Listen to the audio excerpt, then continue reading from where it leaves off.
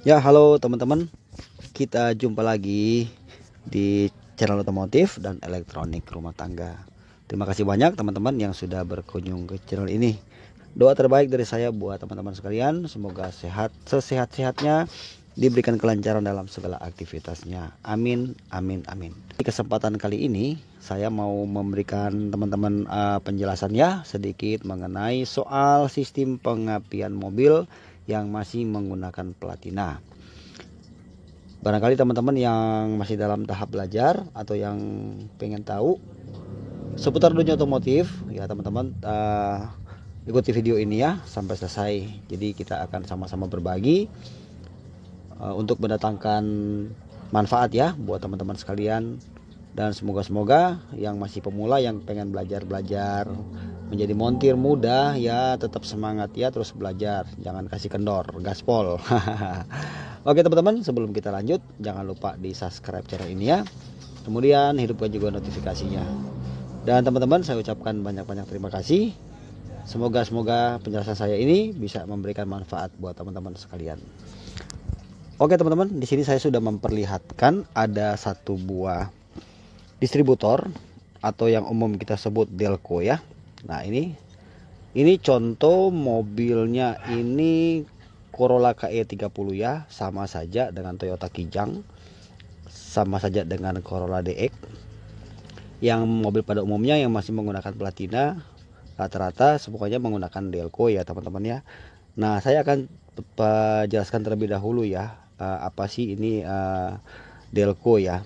Delco atau distributor itu adalah komponen pada sistem pengapian mobil ya teman-teman. Ini berfungsi mendistribusikan induksi tegangan tinggi, sekunder, koil ke busi sesuai dengan urutan pengapian mesin.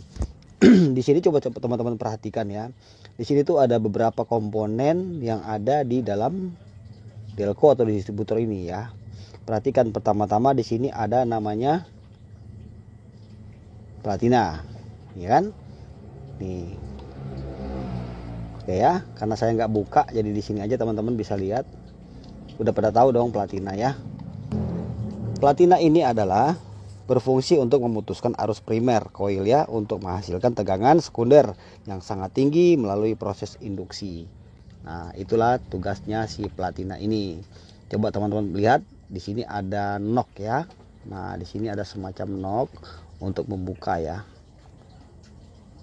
Nah, jadi untuk platina itu kan harus terbuka kemudian rapat lagi ya, harus ada jarak. Coba perhatikan, ini ada nok di sini ya. Jadi dia menonjol begini ya. Saat ini terhubung ya, terkoneksi misalnya gini, ini kan tidak terhubung ya. Berarti arus listrik akan putus, tidak akan nyambung ya.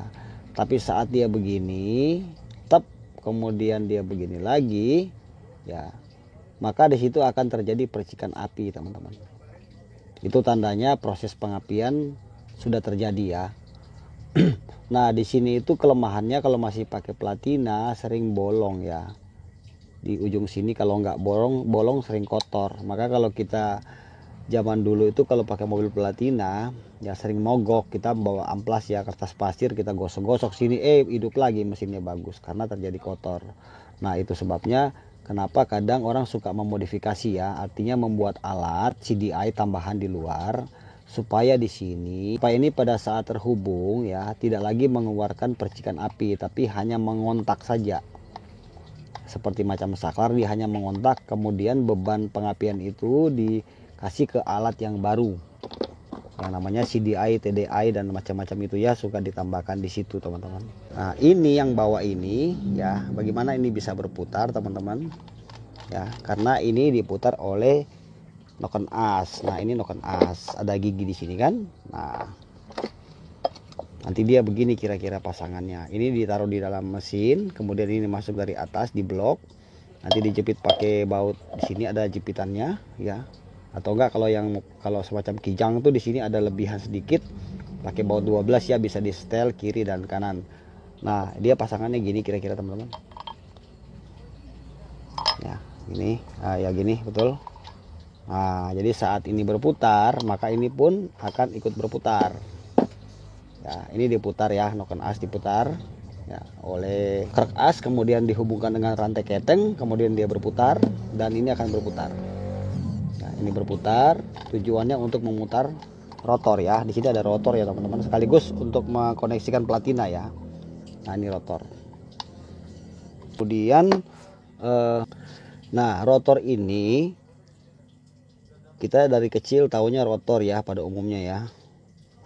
Jadi tapi kita hanya tahu umum gitu rotor, tapi kadang kan kita nggak tahu ya gimana cara kerjanya.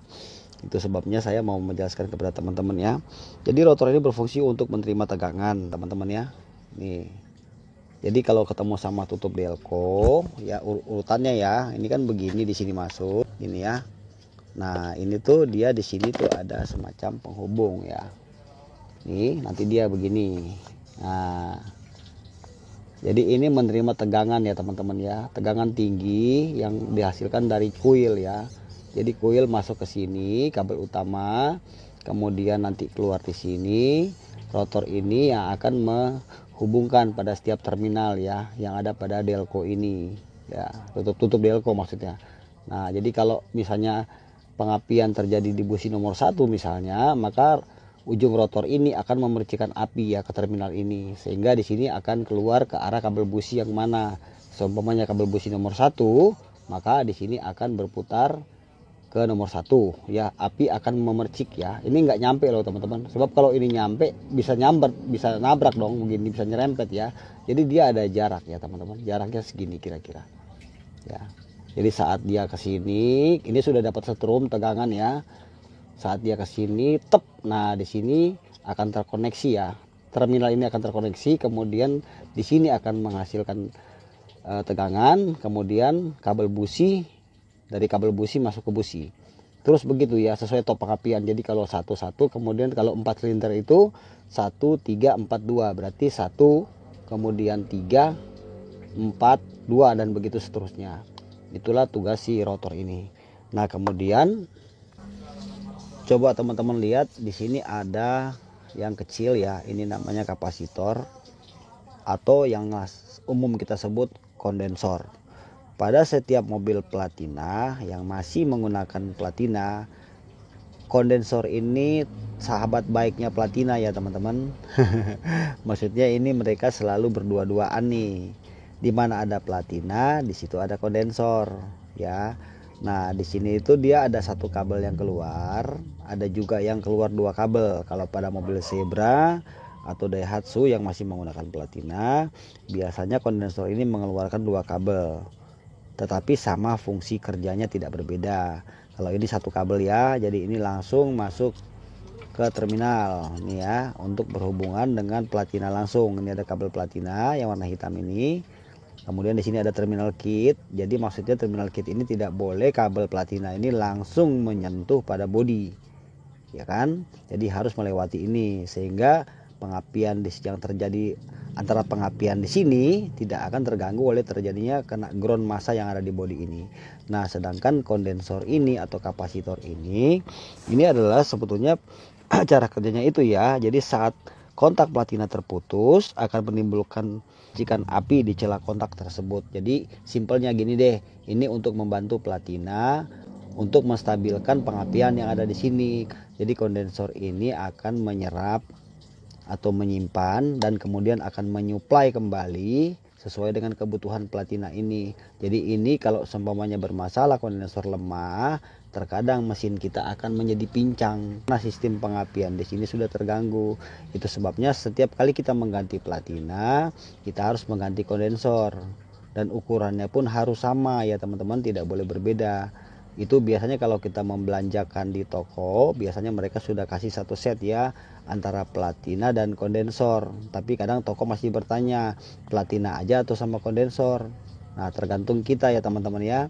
Jadi kalau seumpamanya teman-teman mau membelanjakan atau menggantikan platina, maka kondensor harus disertakan diganti. Karena kedua komponen ini usianya tuh selalu hampir sama teman-teman ya. Nah, itu teman-teman mungkin penjelasan dari saya di video kali ini. Semoga video ini sedikit menambah wawasan buat teman-teman ya. Mungkin penjelasan saya ini penjelasan umum aja, yang bahasa yang mudah dimengerti ya teman-teman ya. Tidak pakai bahasa-bahasa orang yang terlalu tinggi, tapi pada umumnya kita bisa memahami sistem cara kerjanya. Terima kasih banyak teman-teman, mungkin begitu aja bisa saya jelaskan. Semoga video ini bisa bermanfaat. Thank you, salam sukses selalu dari Royudi Channel. Bye.